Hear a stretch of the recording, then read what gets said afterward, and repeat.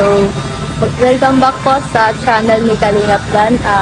Interviewin po natin siya about po sa life niya as a charity vlogger po. Marami na po siyang alam sa buhay po namin, gawa po ng pag-interview niya po sa amin. So, siya naman po ang kilalanin po natin sa buhay niya po and mga challenges niya po as a vlogger po. So, tara po. Nasa Rusty Cafe po kami. Galing po din po akong school. So, tara po. So, tara po sa loob at may kasama din po pala si Kuya Dan. Hello po, Kuya Dan. Hi, hello. Hello, Dan. Hello po, si Kuya Dan and si Kuya Nel po. So, Hello. magandang araw po. Hello. Kain ka lang. Ready na yan para sa'yo. Sige po, thank you po. So, lunch po tayo. So, ngayong araw po, imamarites po natin si Kuya Dan with Kuya Nel po. Hello po. Isayin natin si Kalingap Dan. Oo. Masyado na pong secret sa buhay. Lalabas kayo ni Kalingap Dan. Sigurado yung mga tinatago niya.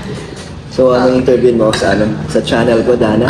Yes po, as a charity vlogger po. Vlog takeover pala ito si Dana. So, sige nga. Ano ang interview mo sa akin? Ikaw ang ngayon? Ikaw ang vlogger? Yes po. Sige. Reverse lang method. Bali kumain? Okay lang? Okay lang po. Interview mo? First question po is, paano ka po nagsimula as a charity vlogger po? So, ano na? Almost 2 years na yata ako or 2 years na bilang isang Kalingap.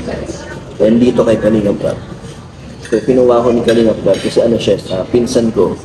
So, in-invite niya ako na mag-try dito sa diet as staff niya. Kung gusto kong subukan na maging vlogger din. And ayun, nagtuloy-tuloy, welcome naman ako ng mga fans or supporters ng Kalingap na tinanggap din nila ako, yung suporta nila ay binigay din nila sa akin. Kaya hanggang ngayon ay nagpapatuloy ako at mas marami na akong natutulungan dahil patuloy ang suporta nila. Ano pong nag-inspired sa iyo para maging charity vlogger po? Like, sa situation nyo po sa buhay, if ever na meron. Nag-inspire sa akin syempre si Kuya Val sa ginagawa niyang pagtulong simula dati pa lang wala pa siyang YouTube, wala pang Facebook, sa radio station pa lang talagang unti-unti ko nalalaman nung nasa Manila pa ako na si Kuya Val ay tumutulong nga sa mga tao. Hanggang na dumating din si Kalingap Rab, mas nakilala. At ayun, na-inspire ako na hindi ko na naisip before na magiging charity vlogger ako. Pero ngayon, talagang ito yung pinaka decision na ginawa ko sa buhay ko na hindi ko pinagsisiyan. Sa lahat ng mga naging trabaho, ito na yung pinaka the best na experience ko sa buhay. Maging charity vlogger. Third question po is, paano nyo po nababalance yung content nyo po between raising awareness for charitable purposes po? Balance Paano po may babalance yung mga content mo po? Paano ko ginagawa? Or Yes po. Like, kunyari charity and then next content is iba naman. Syempre, kailangan mo organize na or manage kung ano yung mga dapat mong i-priority, kung ano ba yung purpose or ano ba yung halagang content mo. So para sa akin ngayon, nag-start na ako mag-focus sa charity dahil marami nang natutuwa at nare-recognize ng ating mga charity vlogs. Kaya mas focus na ako doon. Kaya yung iba ko pa naman content like before, yung pag-i-interview sa mga Kalingap partners and yung mga good vibes namin dyan, nila Kuya Gilo, nandyan pa din pero na siya, parang less na. Kaya more on charity vlogs na tayo. And di ba po sa social media, di po naiiwasan yung mga criticisms po. Like ganun. Yung mga negative pong criticisms, paano nyo po hinahandle as a vlogger? Social media influencer na Kuya Nel, kaya sagutin ni Kuya Nel yan. Kuya Nel. Kasi yun yung spokesperson mo ko dito. Paano ko ito yung tatanungin? Hindi about sa akin. Bigay ka ng advice o paano mo ginagawa. Siyempre, kasa vlogger, hindi naman lagi puro pabor sa'yo yung mga comments ng mga nanonood. lagi ayan, maganda man ang gawin mo, hindi, laging may pupuna at maghahanap ng kamalian sa mga ginagawa. So, ano lang, wag mong siseryosohin. Baga, dapat open yung mind mo sa mga komento ng iba.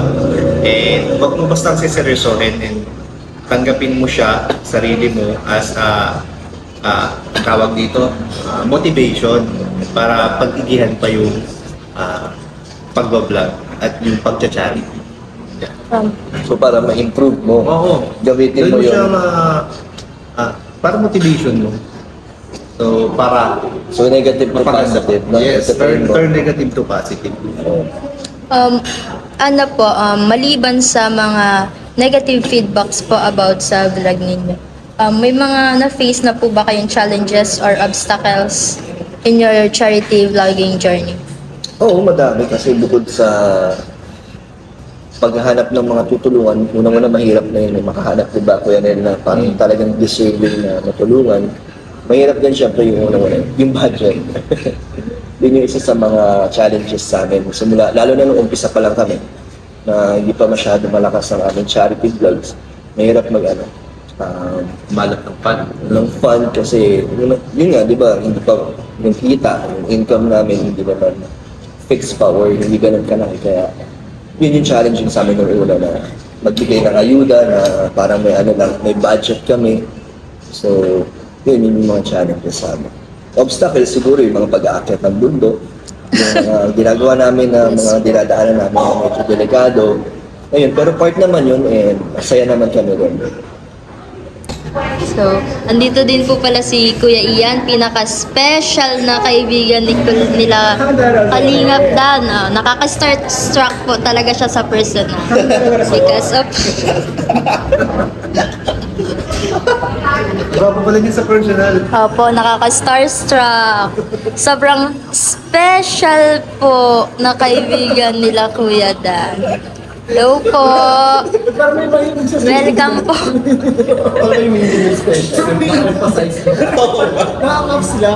Welcome po sa channel ni Kuya Dan. Hello po!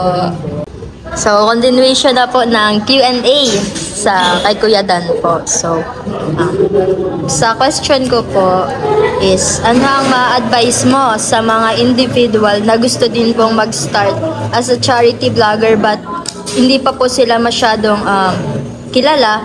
So, ano po mga ma-advise mo sa kanila? Sa mga aspiring charity vloggers. So, kung nag-i-start na sila, ginagawa na nila yun, ipagpatuloy lang nila hanggang sa dumating yung break nila. Huwag silang titigil kasi kung ang intention mo naman talaga ay tumulong ng tumulong kahit wala pang nanonood sa'yo, sumusuporta, hindi ka magdadalawang isip sa ginagawa mo sa charity vlog.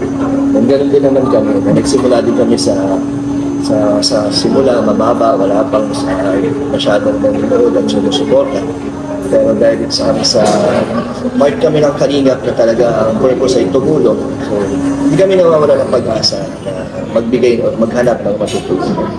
So yun, sa mga gusto po maging charity vlogger, pagpatuloy nyo lang po, basta nasa puso nyo talaga ang ginagawa nyo, pati yung mga binibigay nyo, hindi nyo hinihian or hindi kayo nag-expect ng kapalit, pagpatuloy nyo lang dahil si Lord na po ang bahala sa blessings na bumabalik. As a charity vlogger po, ano po yung biggest achievement mo po? And ano po yung nilulook forward mo? Biggest achievement ko ay ngayon ay ongoing pa ang aking pabahay kay Super JR. Isa na yun sa biggest achievement ko sa aking YouTube channel, ang pabahay. At ang nilulook forward ko pa syempre is madagdagan yung ating ganung project kung kakayanin. At syempre kung patuloy yung mga sumusuporta at nagbibigay ng tulong, magagawa ulit natin yan. So yun, looking forward din ako na matapos na yung aking unang pabahay at makita ng mga viewers nila at nila Kuya Val, nila Kalingap na ang ating unang project. Na-excite ako doon. And for the last question po is, marami pong naku-curious about po sa salitang love life. Ano po yung message mo po or any words po about po sa doon? Sana, love life ni Love life po ni Kuya Kuya Ian. Kuya Ian. Una-una, masaya po ang kanila samahan ng kanilang asawa na si Madam Emmy, napakabait. At si Kuya Nel, masaya din ang kanilang marriage ng kanyang asawa. At, Medyo nagkaroon na konting problema. pero, naayos. Nice. At ayun, mag-give birth na ang kanyang anak. Wala akong problema. Sobrang saya, wala akong Wala problema. akong problema guys, wala akong problema. Ako yan, sabi may problema pala sila. Fake news po si Kalingap, yan, fake news. Ay! Iba pala yun guys, iba pala. Hindi pala si Kuya Nel yun. Congrats natin si Kuya Nel dahil Kakabibi na po tayo. Baby, Baby na. guys. Congrats guys, congrats. ayun na po ang ating kasagutan. So yung tao. Maayos po ang love life ni Kuya Ian and Masaya. Kuya Nel. Masaya po. And how about Kuya Dan po? May, Ano daw yung sa akin? Wala akong wala akong kalalaman dyan guys. Labas ako dyan. Labas ako dyan. Guys, labas ako dyan. Ano po, sa mga viewers po natin dyan na mga nagtatanong po or mga naghahanap, ano na lang po muna yun. Gusto ko po muna sa amin lang po or sa akin lang po muna. Sa personal ko na buhay po, sana po ay respeto nyo na lang po. Respect na. Kung ano man po yung mga nakikita nyo ngayon sa aking mga vlogs, ay yun na po yung update ko po sa inyo. Kaya yun lang po. Salamat po. yun lang po for the question and answer kay Yes. Kuya Dan. Okay Pwede na na. po. Pwede ka na maging vlogger. Dana. Soon po. Hindi ako makeskip ng ads eh. Oo ma. Ayun, may mga subscribers ka na. Drivers ka na. Subscribe po sa channel ko. Vlogger na to. Ayun, salamat sa pag-vlog takeover, Dana. Ngayon, ikaw naman ang aking kakamustahin. Kamusta ba ang buhay mo? Kamusta kayo nila? Mama, papa mo? Naayos naman na po. Si mama po, okay na po yung brother shoulder niya. Yes po. Ayos na. Naitataas na din po. So, si papa po magpapacheck up kasi pagka galing po ni mama ay nag-sock naman si papa. So, Anong nangyari kay papa mo? pag ano po, nung last na po bagang pag-vlog natin is nasabi ko po na nagpubot sipon. Tapos ngayon po, kubo na lang po, kaya lang po nasakit na po yung likod every na upo. So, pagpa-check up po, sinabihan po sila doon ng midwife sa amin na magpa-check daw po ng plema sa Mercedes po. So nakapagpa-check up na kayo? Nung ano po, hindi pa po si Papa nakakapagpa-check ng plema, pero po nakapagpa-check up na po siya sa doktor. So kamusta? Ano ang naging resulta? Doon po pagpa-check po nila sa doktor, inano lang po sila, binigyan na po ng reseta, tapos gamot. So nagagamot na yung papa mo? Pero na Apo. siya iniinom? Yes po. Kamusta naman? Simula nung uminom siyang gamot? Okay na po yung pakiramdam niya, hindi na po nag-uubo kapag nag-iinom na. Mabuti naman Opo. na gumagaling yan si papa mo. Si Totoy, kamusta na yung kapatid mo? Okay naman po, nasama po siya sa laot ulit. Naglalaot ulit si Totoy, Yes grabe. po. Pero pumapasok pa ba siya sa school? Apo. Kamusta yung binigay kong bike sa kanya? Ayos pa po yung service niya pagpapuntang school po. So nagagamit niya araw-araw? Matibay naman. Matibay po. Hindi pa naman na-aksidente si Totoy? Hindi pa naman po. Huwag naman sana. Hindi, baka lang. Kasi di ba, malaki din yung bike eh. Marang mataas pa kayo. Mataas. So hindi naman. Hindi naman po marunong naman. Magaling naman. Magaling naman. Opo. At maingat naman si Totoy. Ano palang reaction ni Papa mo nung binigay ko yun? Kasi wala pala si Papa mo nung binigay ko kay Totoy. So natuwa ba sila? Natuwa din po at nagulat po at naano nga po nung kapatid ko at sabi daw, Papa may bike na ako galing kay Kuya Dan. Hindi na daw siya hahatid. Oo. Kasi di ba pangarap din ni Totoy Opo. yung magka-bike siya. Si Pogi, kamusta? Yung mga binigay kong laruan. Ayos pa ba? May putol pong kaso.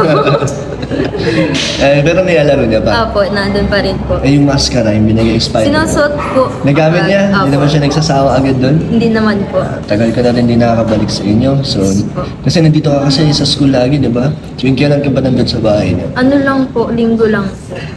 So, pwede akong tumala ulit doon para magbigay ng anong gusto niyo? Bigas or grocery? Bigas.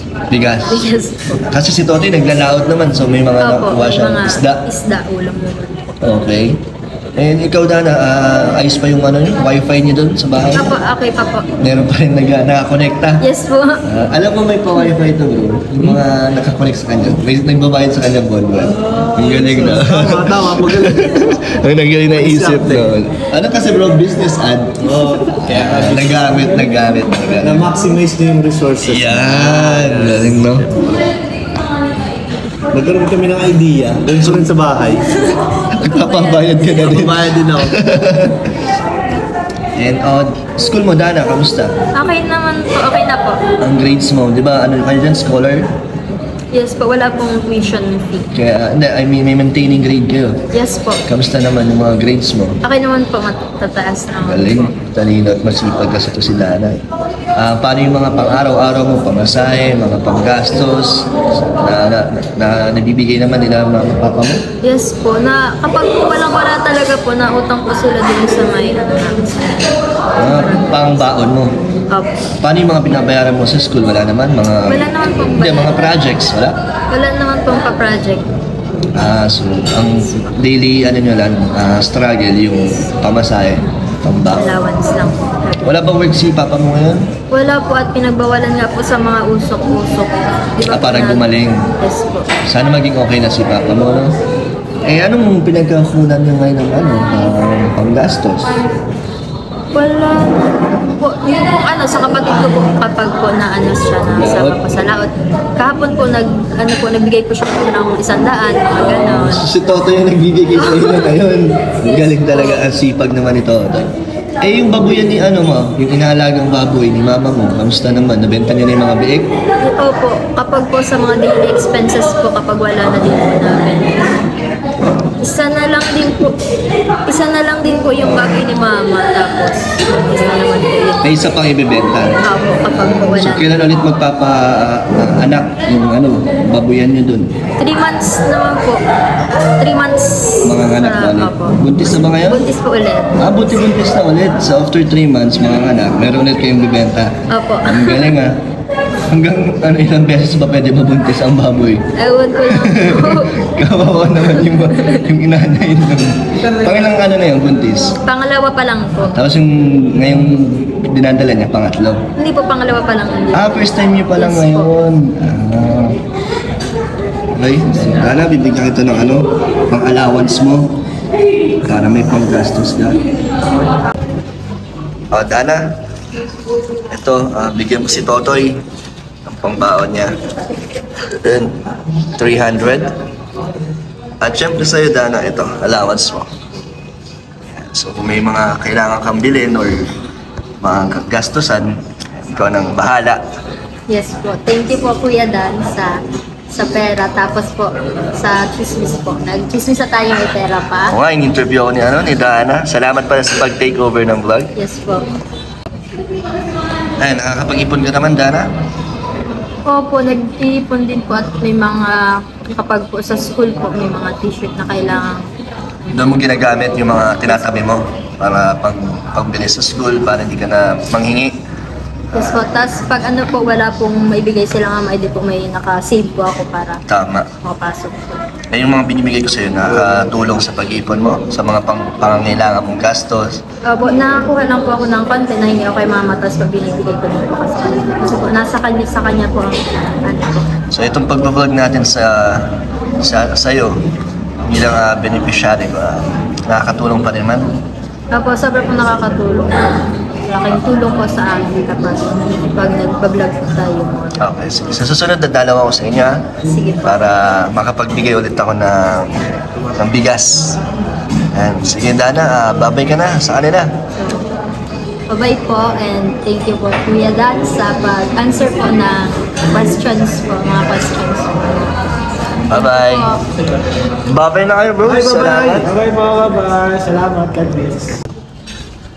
Ayun po mga kalingap, na muli po natin na-interview at nakamusta si Dana para bigyan natin siya na pang-allowance niya sa pagpasok sa school.